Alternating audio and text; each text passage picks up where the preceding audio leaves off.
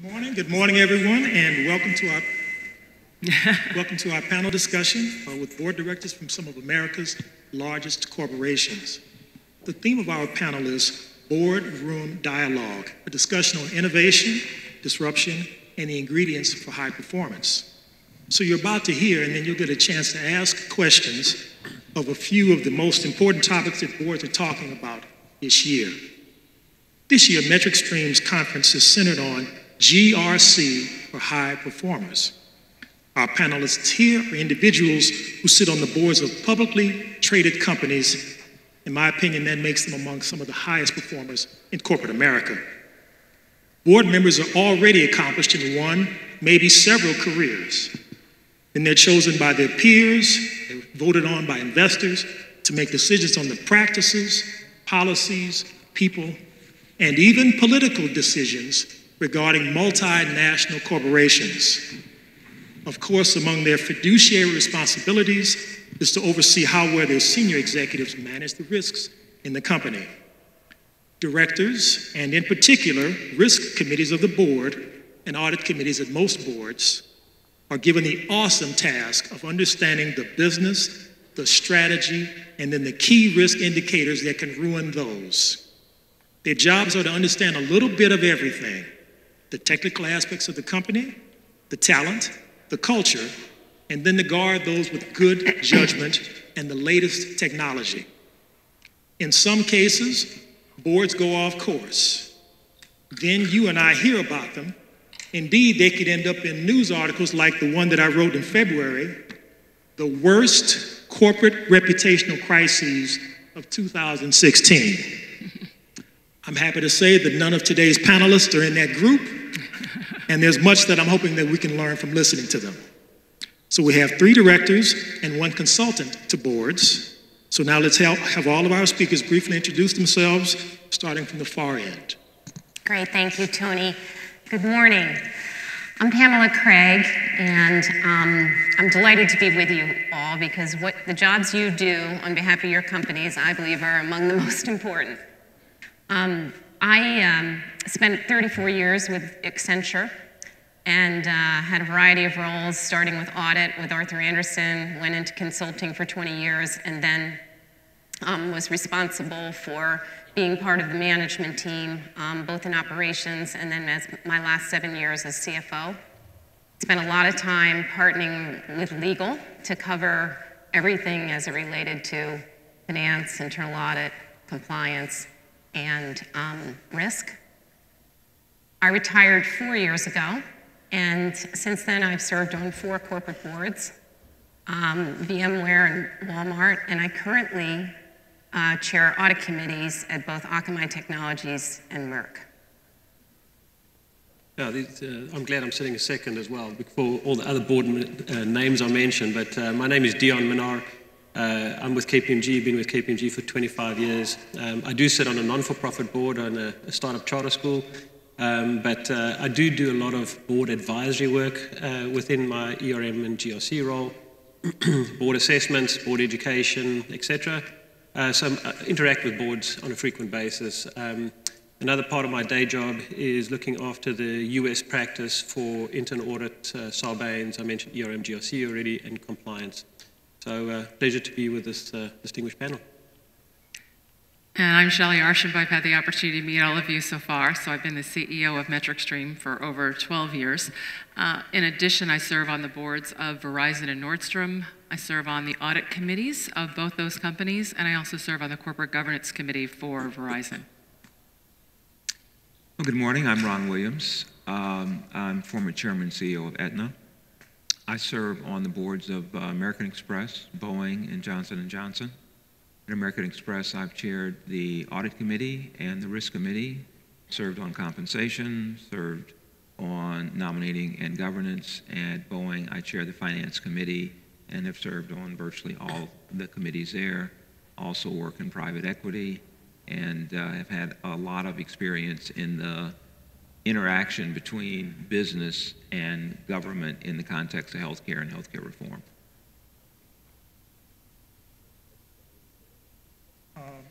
One of the most important buzzwords and important concepts in business today is disruption. Yesterday, we heard Gillian Tett from the Financial Times give a keynote address in which she said that with our new president, the whole dance between the White House and corporate America is, quote, peculiar, fascinating, and something that we've never seen before, end quote. Which leads me to ask you, just how much are board directors concerned with disruptions in the White House? Shelley, could we start with you? Yeah, so I get the hot potato to start. You know, it's interesting. When companies put in place their plans, and from both a business standpoint as well as their risk plans and all of that, they take into consideration everything that's going on in the economy, globally, right, all of that. One of the things that's happened with this current change in administration is typically when you have changes in presidents, it does mean there'll be changes in policies, and companies expect that. But most times, it's typically one party or another, and parties have pretty straightforward platforms, so you have a sense of what will happen. In this particular case, I think the biggest challenge that companies are dealing with is just the uncertainty of what will happen. Because it's not clear whether the traditional Republican policies and practices will actually be carried out consistently with the current president or not. So the challenge that companies have are how do they work and operate in an environment of uncertainty. And when you have more uncertainty, as you've heard yesterday as we talked, it creates more risk. So companies are managing it because that's what we do, but it absolutely does lead to a higher level of uncertainty around what their overall strategies are and how they could be impacted by changes in regulations, changes in tax policy, changes in trade. All of those elements impact your business and your business operations, and there's just not clarity about the direction in which they will change, be altered, and even the timing. Great. Yeah, I think I would add just a couple of comments. One is that it's not just change from the White House. There is uncertainty introduced in the congressional process because we have different changes in control as it relates to the House of Representatives. We have a whole question in the Senate as to how the filibuster will or will not be applied and upheld as it relates to key legislation. And then there's a pretty big change in the regulatory framework as regulators, I think it's fair to say, felt fully empowered to pursue their regulatory perspective. As we've now shifted to this new era, I think a lot of the regulatory entities are trying to find their sea legs and figure out how will they in fact be asked to interpret these regulations. So I think if you're running a business, the one thing that you are used to dealing with is uncertainty. It does make long-term strategic planning a bit more challenging, and so companies have to revisit those plans much more frequently than they might otherwise. And if I can maybe just add to that, Tony, I think what I've seen how companies are starting to deal with it, if I just take one example of what was just spoken about, which is tax reform. You know, there's a lot of uncertainty about where that will end up, you know, with your border adjustment tax, etc. But what I do see companies taking is, you know, not picking their battles, basically seeing, you know, which are the regulations or like tax reform most likely will go through, maybe not in its current form, but they're running scenarios against it, right? So that you can position yourself as an organization most beneficially, you know, if you look at expatriation, etc., most beneficially to take advantage of it or to reduce your exposure. So they are running scenario analysis, which is not a new concept, but I mean, it's a running scenario analysis to help them prepare for that. So I've seen companies successfully do that. Thank you. What are the recent innovations that you can talk about that seem most likely to reap benefits in terms of shareholder value and sustainable profitability? There's a buzzword. Or some of the important metrics such as market share. And what is happening at the board level to ensure that managers are mitigating those innovations' risks wisely? Dion. Okay. So yeah, a big topic, obviously, right? I mean, so innovation will mean a little bit different things for different companies. So what I've seen companies and boards do is start to look at what are the biggest signals of change within their marketplace, right? And those signals of change could be new innovation, like technology, and I'm going to use blockchain as an example in a second, but it could also be other signals of change, like demographic shifts, etc., or, you know, we just talked about regulatory shifts. But so if I look at the technologies that will, or the innovations that will have the most impact on a company, that will vary, right? So 3D printing, for example, if you're in a manufacturing kind of line, that will have a massive impact on you, and actually even beyond just pure play manufacturing. But the example I'm going to use is an organization that we took through the signals of change, and one of the signals, quite honestly, naively, that I said was digital currency. And so when we started to look beyond the borders of digital currency, we recognized there's something called blockchain and distributed ledger that sits underneath that. And you know, brought the right people to the table, because I didn't even know what distributed ledger was, or blockchain for that matter. This was about a year and a bit ago. And started to look at, you know, what could be the impact to that organization of this technology, both internally and externally. And I got to tell you, you know, depending again, of course, on the nature of your company, but for this organization, which is you know, a human capital management company, you know, it is massively impactful, right, in how they're going to be potentially organizing their business model, etc. So, you know, from something that we brought to them and the board, they are now starting to look at how do I invest, right? So we gave a scenario of between, you know, doing nothing to actually buying a blockchain company, and, you know, looking at this, anything in between. But they're now starting to invest heavily in how to use blockchain to take this further. Now, as I mentioned, there are many, many innovations that are coming up, and quite frankly, for a CEO and a board, it is you know, mind-destroying how quickly these things come at you and how much you have to be paying attention to it. Now, you can separate the noise from the actual signals to the strategic initiatives that you want to run, but at the end of the day, you need to have a process in place to look at what innovation is coming, what is the potential impact to me, you know, and not just your traditional competitors either, but what is the impact to me, and then start to look at how do I embed this into my strategic process and ultimately into my business model. Yeah, it's interesting. I want to add really onto both the point and the point that you were raising earlier, Tony, just about this concept of disruption, which we talked about yesterday and have been talking about all through the conference. Every industry right now is being disrupted, and therefore every company is actually being disrupted. And the way you deal with this disruption, whether you're in retail, which is represented here, or you're in telecommunications, or you're in hospitality, it doesn't matter. Your business models are being challenged by new entrants and new companies. So companies are very focused on how do they grow revenue and improve margin in this particular environment. And the best ways to get true leverage is figuring out how you leverage technology. So I think it was Gordon was asked the question about whether financial services companies are technology companies. And I would submit to you that every company today is actually a technology company. They may not realize it yet, but they need to be. So for instance, one of the ways that a lot of companies are looking at in terms of how do I grow both revenue and improve margin is how do I leverage assets that I already have and drive new revenue. That's a great way to grow revenue and improve overall margin. And data, big data, analytics, et cetera, is one of those areas that just about every company is looking at in terms of how can I repurpose the data that I have to create new value to a set of customers out there in the marketplace.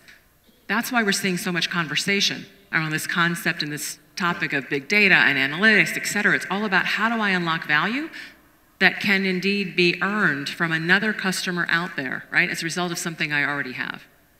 Yeah, I think it's a very important point that every company is a technology company, but I would add that there's hard technology, software, data, analytics. There's also the technology of change management and transformational change in companies, because large companies are inherently built to do yesterday's work. You think about the entire infrastructure of that company was built to do things that won't necessarily be needed tomorrow. And so as these companies evolve and transform, there is a soft technology of creating a transformational capability in the company to refocus people, to remission people, to recruit and develop the new talent and new skills necessary to support the future of the enterprise, whether it's in the technology as we think about it or these other types of technologies. Can I ask you then, Ron, is that a transaction? Is that how is that done? How does that You know, it's a place where the board, I think, plays a very key role. You know, we can just take the American Express, the payments industry. We all know it's going to digital, it's going to mobile. And yet, you think about that organization, for those of you in the room who remember the Take Ones, when, you know, the way American Express recruited its members was that you got a paper application, you filled it out, you mailed it in, and you got a card. That is history. There's no such thing as a Take One today. Mm-hmm. And so that whole organization had to migrate into the digital space with the card as only one form factor. The form factor today may very well be your phone. If you think about a company built on one model that has to change to the other, certainly there's all the underlying technology necessary to support it. But there is a whole set of other processes and metrics. You're not counting applications coming in the mail. You're counting something very different. Yeah. I think you wanted to chime in. Yeah, I was just going to mention that I think one of the ways as a board that we evaluate the health of the company is to what degree they are taking responsible risks. And nearly all of those involve something with digital technology. And whether that's empowering people, you may have read in the Wall Street Journal today, there was a piece on virtual reality and how Walmart, for example, has these new academies that are training their people with virtual reality of how a store would actually look and how you build that into training and how you get people more curious and really just get people more excited about their jobs.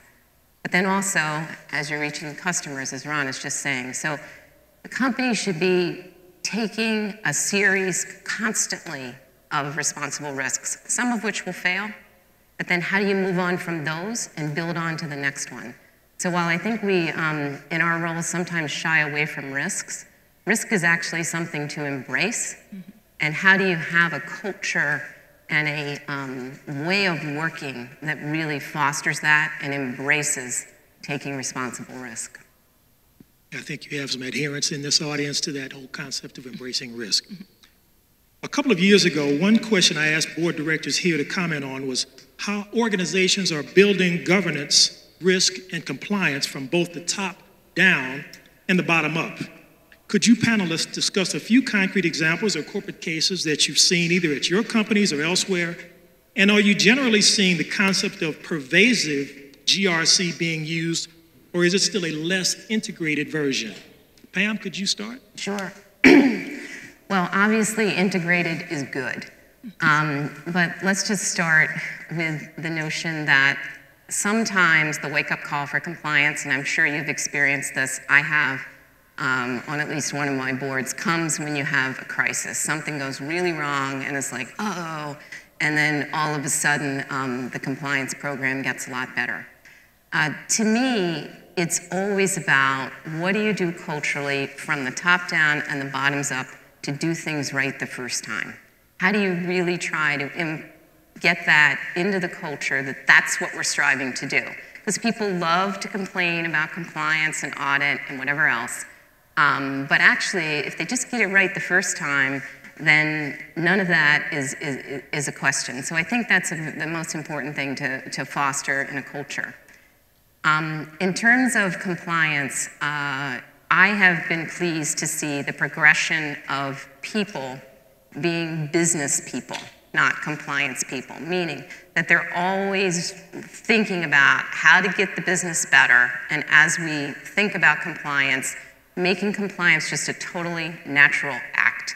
And I think that, again, I've seen a lot of progress in the boards I've been on and the company I was a part of over the years to really embrace that as a concept. So getting it right the first time, compliance is kind of a second tier, and then of course there's always audit. And I think that the internal audit function will always be a very, very important part of just making sure. And what I love to do with internal audit is use them as a SWAT team sometimes, not only for their regular audits, and we go through those on every audit committee, and that's great, but then sometimes there's something interesting going on in the company, bad or good, and they can go in, really learn about it, really give some perspectives and help get it right. So I believe that folks in compliance and in audit are very much part of the business team, And the better they are at knowing the business and where the business is going, the better they're going to be able to do their jobs. You know, I'd have a question for the audience. Can I ask a show of hands for how many people here are compliance officers? Oh, okay. Just two? A little underwhelming. I was expecting something else. All right, then my second question was going to be how many people are compliance and ethics officers, and that's so described, but I assume that won't be that helpful. What are the risks, top risks, keeping business leaders up at night? And could you tell us about the 2 or 3 key risks that boards are most concerned with, how that's changed over the past 5 years, and where you see these areas heading in the next couple of years? Dion, could you start us off? Yeah, let me kick it off because I'm sure the board members will have a lot to say on this as well. You know, you can actually go a lot with some of the traditional risks that you might see in the marketplace, you know, your cyber, etc., right? But I actually want to build on Ron's earlier point. I think some of the biggest risks that CEOs and boards face is transforming organizations from, you know, a traditional, let's just say, their traditional business model to something different, right? And some of these organizations are really, truly massive in size, and it's not easy to change the culture to something that's a little bit more nimble. So, like I said, it's not a traditional risk that you might see, you know, but I really feel like that's probably one of the biggest things that that CEOs face. And we did a survey last year, and 41% of those CEOs said they're doing a significant transformation within their company in the next 3 years. And with that, the business model changes. As soon as the business model change, there's just a myriad of additional maybe risk, including cyber, that comes in. You know, you might be aligning now with a vendor that you didn't have before that you would have had in-house. So as you flex your business model, just understanding really what additional risks are being created, and to Pamela's point, just embracing that versus, you know, trying to just mitigate everything, but just understanding it and managing through that, I think is pretty critical. A couple of other things that I've seen in my walks is, you know, understanding relevance of product. Again, big sweeping things, you know, relevance of product, non-traditional competitors, customer loyalty, especially if you're in the retail and the likes, you know, the loyalty doesn't seem to be there anymore. You know, as companies do their work, look at their workforce, you know, the millennials coming in, you know, how do I attract and retain people, not just millennials, but broader than that as well. But I'm actually going to pause there because I think this was probably going to be a lively conversation up here as well. Dan, I want to add to your point, really highlighting the culture piece of it. Yeah.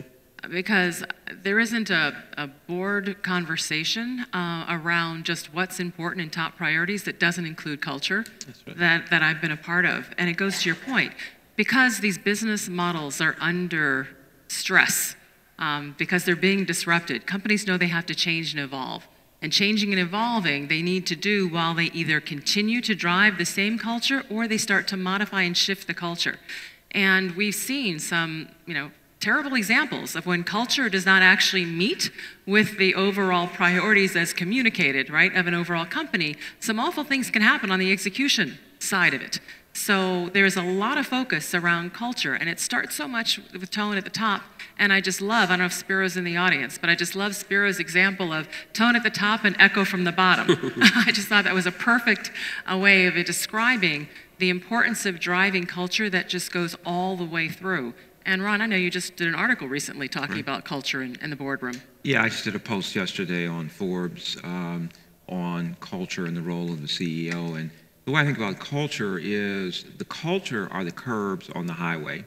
And the CEO and the senior management job under the board's direction is to make the curbs as high as they can so that when the car veers to the left or right, it doesn't go into a ditch. And you don't end up with the problems that too many companies I could name end up with. And so one of the really critical things, I really like that notion that when you talk to a frontline employee and you ask them, what is the culture of the company? And the message comes back very consistent with what senior management and the board believes the culture in, then you truly have achieved alignment. Most of the time, when you ask the person on the front line what the culture is, it's very different than what the senior management articulates, and that means there's a lot of work to be done. I do want to not neglect the global nature of the businesses that we're in. The companies I'm involved with, one of them, for example, gets 60% of its revenue from outside the U.S. And so the whole question of how you address these issues in a global company where you have many different pushes and pulls, different norms, different ways of doing things, different definitions of what is appropriate behavior represents a really important issue for the board and senior management in global enterprises. Can I ask you, the whole panel, when it comes to this concept of corporate culture, it's obviously something that's key, but how do you measure it and how do you find out in a quantitative way, since that's so important using big data, what your corporate culture is and where it needs to be? There are so many different signs, so it isn't one thing. First of all, getting exposure, which a lot of good companies do in terms of to their executive teams and people to see are they indeed expressing the same things that you're hearing in terms of overall tone at the top is one. You look to see what's happening with that whistleblower line. Those are real lines. We actually get regular reports in terms of what's coming in, the kinds of issues, ones that fall into buckets, et cetera. Some need to be addressed by the board, some don't. But we look to see what the trends are, what the topics are, and how that actually is evolving. And again, how that fits with the overall culture of the organization and what's happening. You look to see, frankly, from an audit standpoint, what are the kinds of audit issues that are being determined and found? And then how are they being addressed? Are we seeing the same thing over and over again? All of those are all data points that come in to give you a comprehensive view of how the company is actually operating and executing. I think those reports, sorry. Please go ahead. I think those reports, the audit reports you mentioned, and just the kind of the consistency, to your point, is do you see these things a lot of different places or do you just see them one place? One of the things that's often talked about on boards about culture is you got the great tone at the top, you have the echo at the bottom, but then have you ever heard people talk about the frozen middle? People heard that phrase before? And what so often happens is it gets lost in translation in the middle somewhere. And I think as boards, we like to see the next couple layers down of people because you really then get a feel for, are these culture carriers? Are they carrying it in the way that we would expect or the way we've been told at the board? And I think if you're in that middle, I certainly spend a lot of time in the middle, one thing to always do is to seek clarity, because sometimes you hear all kinds of stuff and stuff's confusing, but seeking clarity not only for yourself but for your team so that you can be a good culture carrier, I think is a way to be proactive and not just wait for it to come down.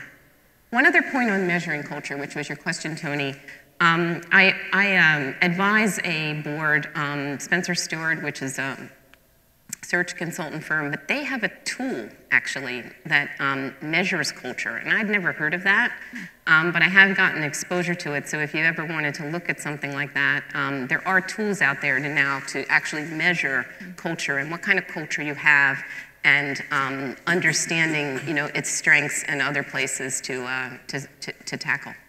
Good to know.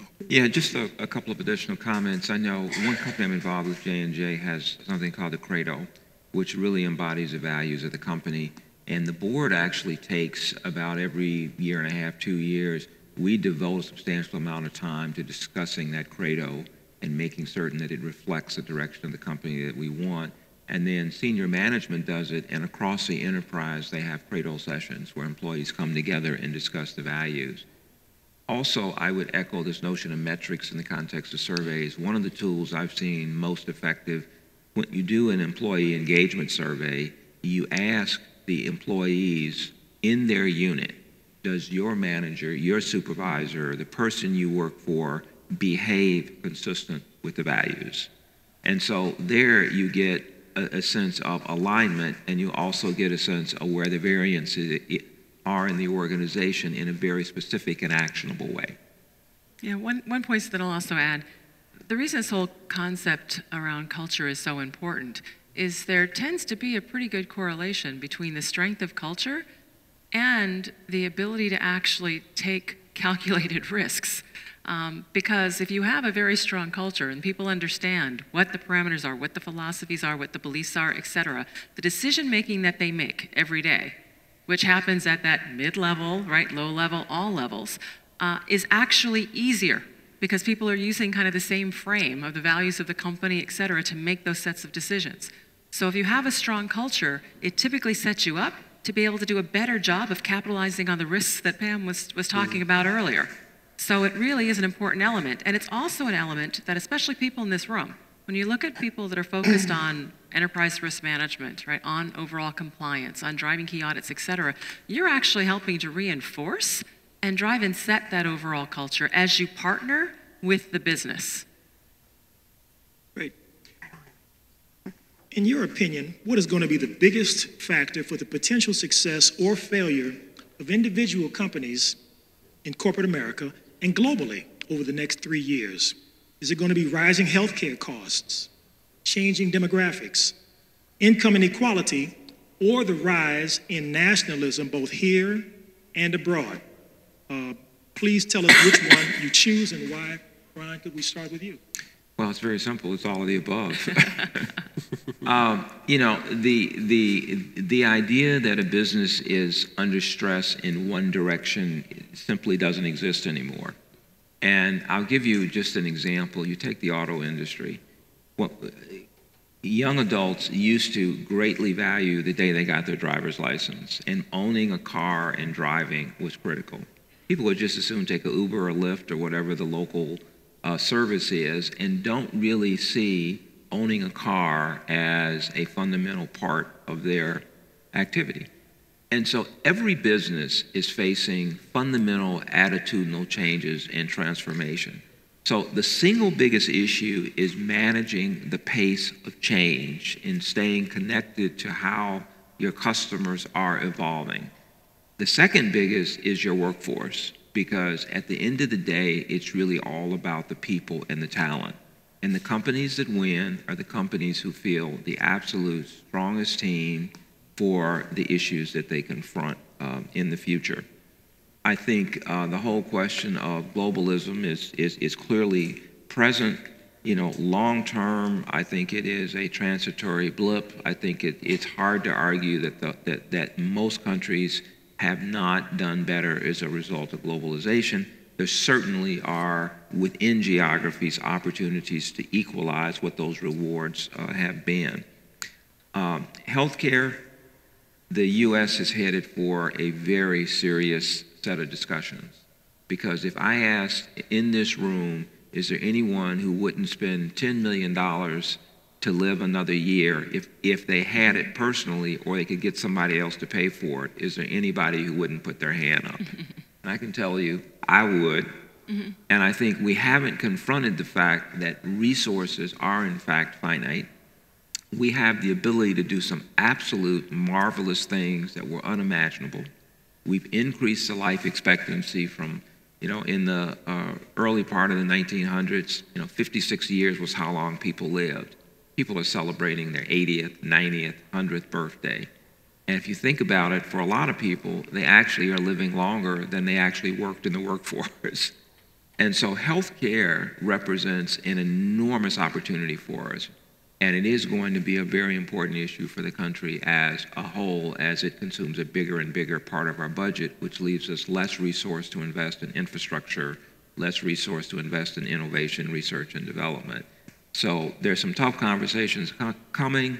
Political process has real difficulty, and it's a discussion that has to involve consumers, physicians, ethicists. It has to be a very broad-based kind of conversation.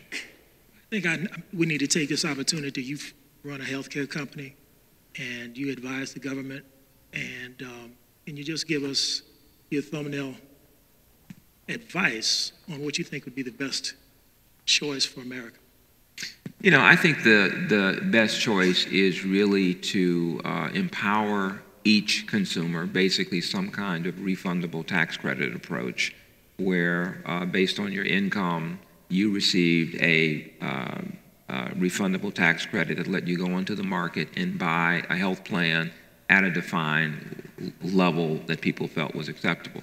The problem is some people will define that here, some people will define it here. There's a level that exceeds the financial resources of the country. That keeps competition in the marketplace, so consumers can move around. If their employer offers coverage, then that credit could be given to the employer to aggregate. If the consumer wanted to buy more than that, they could certainly buy more than that. The big debate is, where do you draw the line in terms of what is the minimum societal responsibility we have to make certain that people have the right health care. So to me, that's a very reasonable approach, and would give people choice, bring more consumerism into health care, and be one way to proceed. Yeah, Tony, I just want to go back to your question about where the challenges that companies are facing in term. One of the areas, and Ron touched on it, but is really there's a fundamental shift in buying behavior that's happening. And whether that is how I buy or what I buy, the experience they want to have when I'm buying, all of that is changing significantly. And companies that aren't putting significant resource to truly try to listen, understand, and embrace that are at higher risk. And this is an area I'm going to go back to this audience, because many of you are involved as risks are identified, et cetera. But I'll tell you, I'm not necessarily seeing changing buying behavior as something that's being listed as a top risk, and it is. And it is. So part of it is driving the questions, many times, depending on how proactive the leadership is within an organization as it relates to the risk. You have your standard set of risks, and each year you look to see, is this higher, is it lower? Sometimes you need to step back and actually go not to the senior leaders, but to the mid-level leaders. We actually did this at Verizon, where we did our normal enterprise risk, and we said, listen, the bubbles all look the same. They're changing size, they're changing direction, but they all look the same. How can they all look the same? So we actually had 3 levels down go and do this whole risk process, and you know what? We came up with new bubbles. So I suggest there's really a role that can be played here with this audience to truly help uncover the risks that are underlying some of the overall. Because when you just put execution risk, that's a great big area. There's a lot of different things that fall into it. But I think there's a little bit more work that needs to be done here, because the dynamics of the market are changing just so quickly that what will happen is people just get left behind.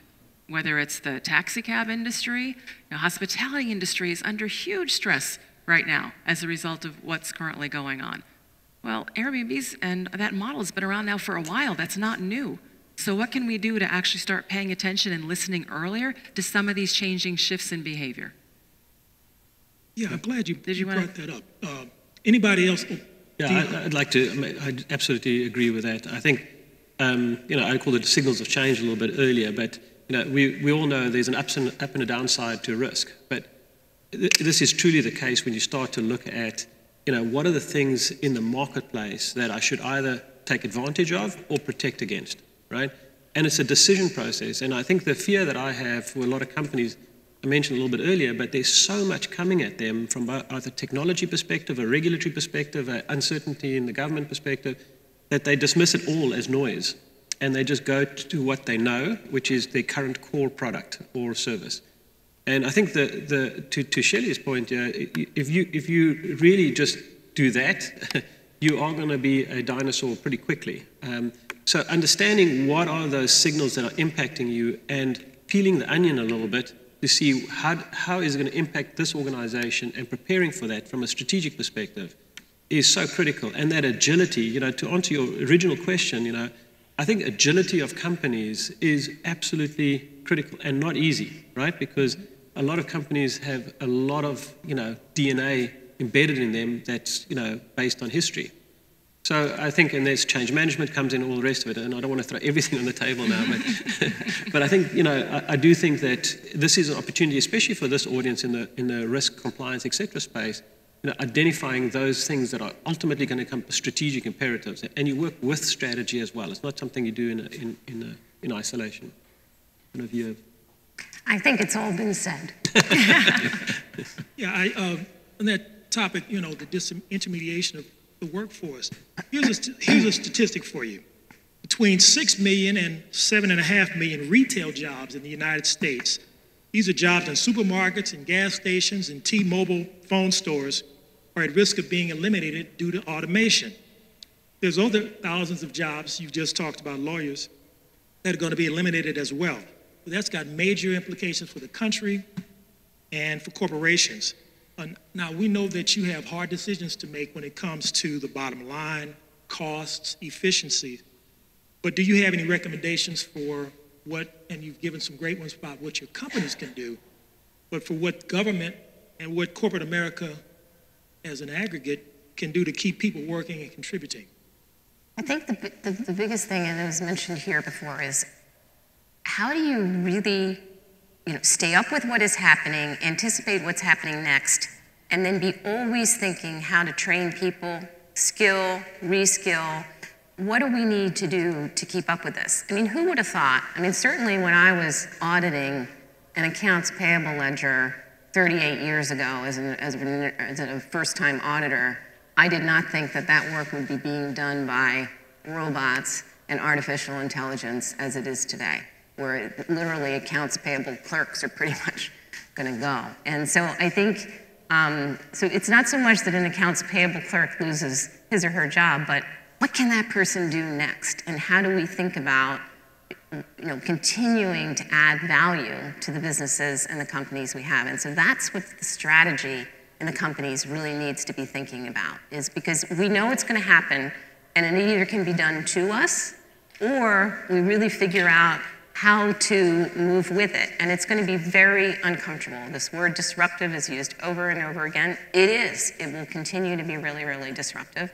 But how do we then do our best with the ambiguity, seek clarity on what we can, and then keep building, recognizing that whatever we do isn't going to be the ultimate solution, but we'll learn from it and we'll figure out how to keep moving and keep thinking about how our people, our most important asset, as Ron said, are always at the center of that in how do we make them, how do we give them the opportunities to become more valuable as some of the jobs of old go away.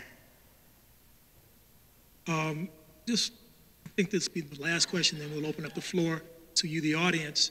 You all are at the tops of your professions.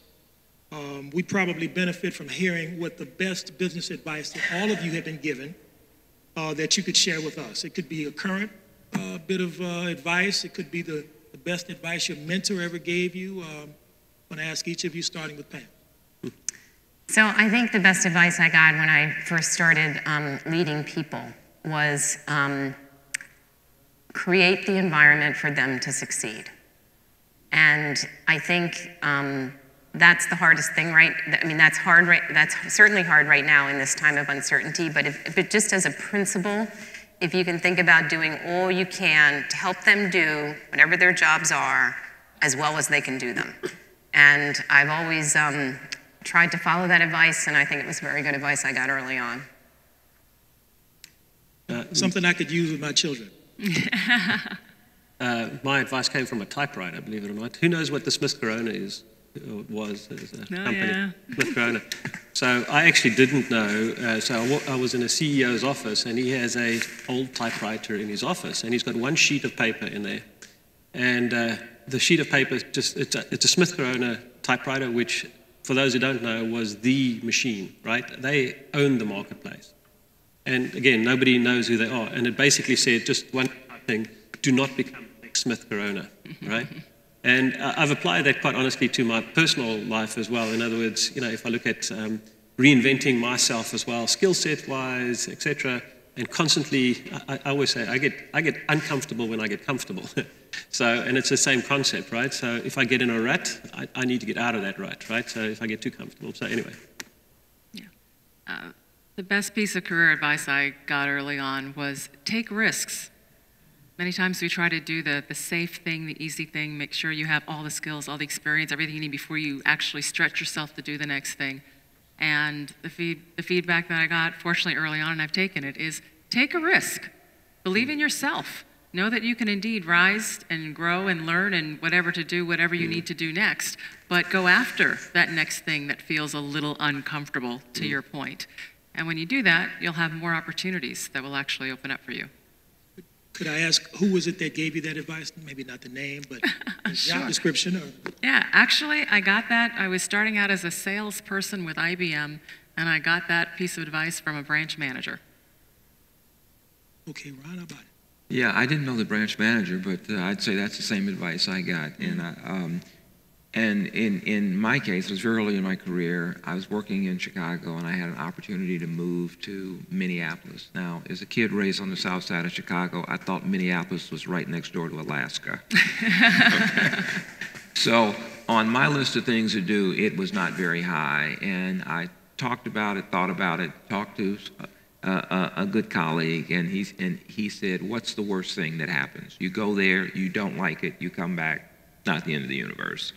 And so this notion of taking a risk and trying something new and getting outside your comfort zone was really important. And I applied that to relationships and meeting other people. I got invitations once to go ice fishing. I don't know how many people in this room have ever been ice fishing, but I went ice fishing in Minnesota, and I can tell you the relationships I formed on that trip led ultimately to all types of other opportunities. And so the notion is take a risk, get out of your comfort zone, don't build relationships just with people that you're personally comfortable with.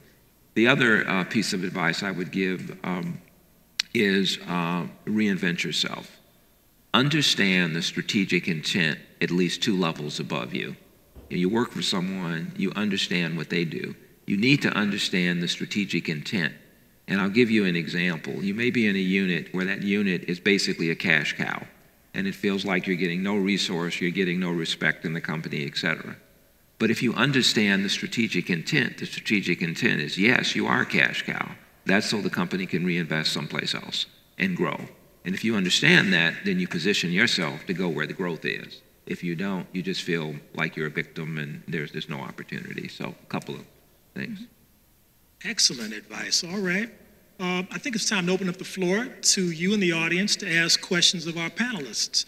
What is it that you'd like to know that boards are thinking and discussing? So please raise your hand and someone will come to you with a microphone. Can't see anybody. I can tell you when I had town hall meetings, I always would tell people when I didn't get questions, I had numbered the seats and I was going to start calling out the numbers. And I can tell you the number of questions that began to emerge was quite substantial. I think we have one here. I got a question. Good. Yes. Hi, thanks for a very interesting set of observations from the panel. I want to go back to the one on culture, if I may. And without any disrespect at all, I just felt that your views on tone from the top and echo from the bottom around that a little bit one-dimensional, in as much as we live in such an interdependent and linked world that actually we need to be conscious of third and fourth parties, the communities within which we operate, the clients that we serve. And so how does a board set a strategy that engages the culture of all those different dimensions and make sure that its company's culture is aligned and is actually drawing upon the cultures of those various other dimensions of the interdependencies in which we operate?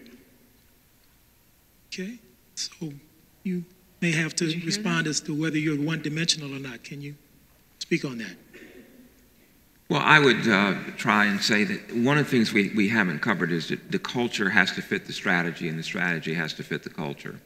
So there really does have to be an alignment, and the culture of a company that is, I'll pick Boeing. I joined Boeing's board in late 2010. We made a decision to launch a new aircraft which will start flying late this year, early next year.